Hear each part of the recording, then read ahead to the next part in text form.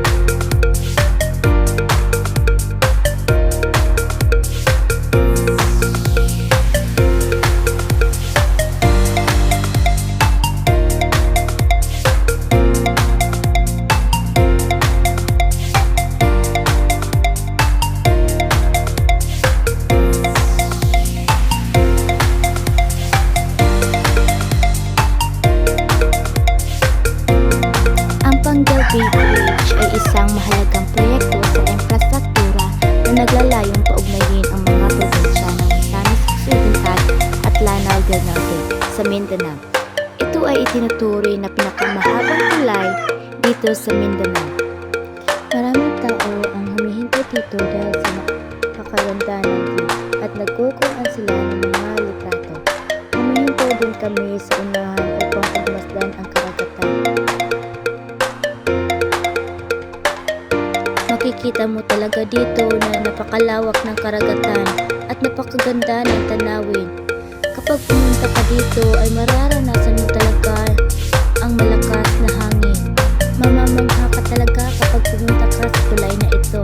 Kaya visit lang dito para maranasan mo rin ang nararanasan ko. Oh my God! Wow! Pinagmamasdan ko ang malalakas na hangin at tinatanaw ang karagatan.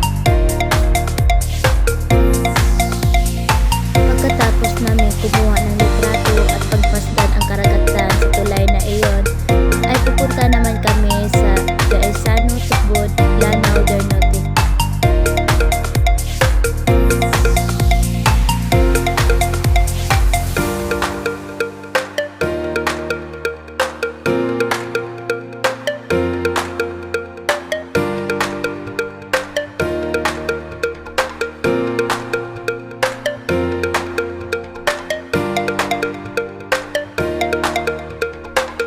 Dito, malapit na tayo sa Gaisano, Tubod.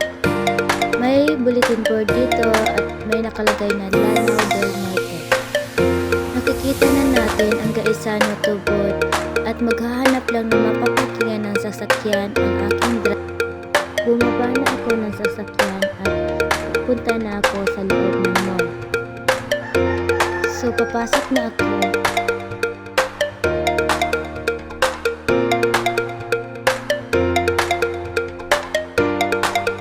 Nasa loob na ako ng mall at dito makikita mo ang Seven's Gourmet at saka ang kanilang food court. Maraming tao ang nagsikap-inan dito.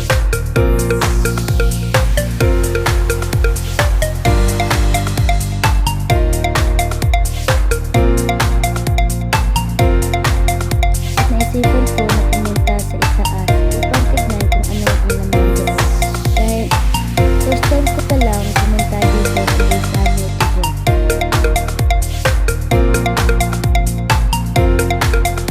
At pagkaakyat mo dito ay makikita mo ang isang salamin. Marami silang binibenta ng mga bulaklak o pangregalo sa darating na Valentine's Day. At mayroon din akong tinitignan dito na kulay purple na esposa ng Birhen, pero wag na lang. Pagkatapos kong tumingin-tingin doon, ay pupunta naman ako sa ikatlong bahagi. Sasakay ako ng escalator upang pumunta sa itaas.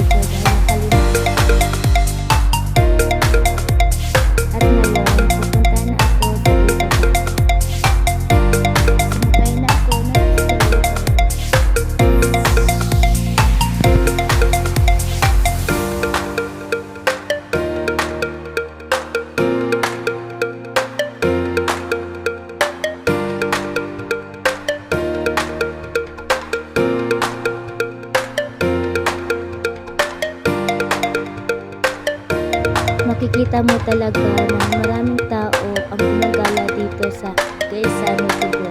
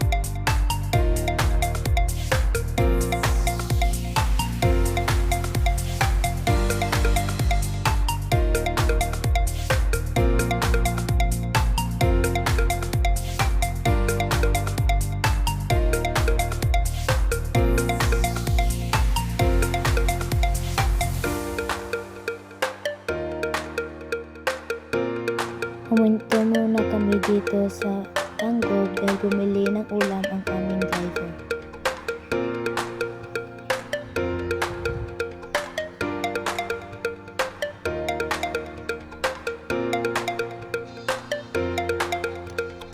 At nakita namin na may isawan dito at napag-isipan namin kumain muna.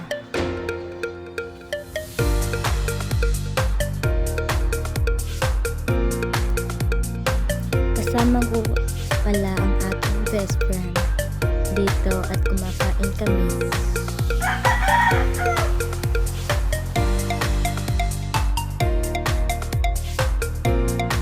So tapos na kami kumain. Bye-bye! So pauwi na kami dito, napaka-traffic.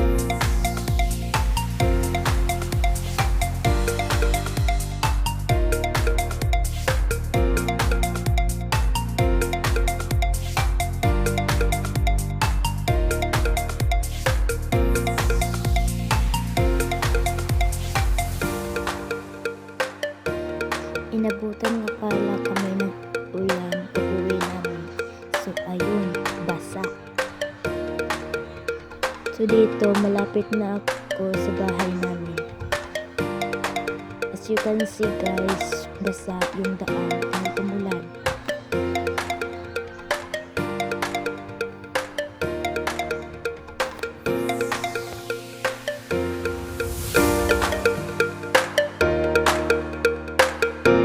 Nandito na ako sa bahay. Salamat sa panonood. Yun lang.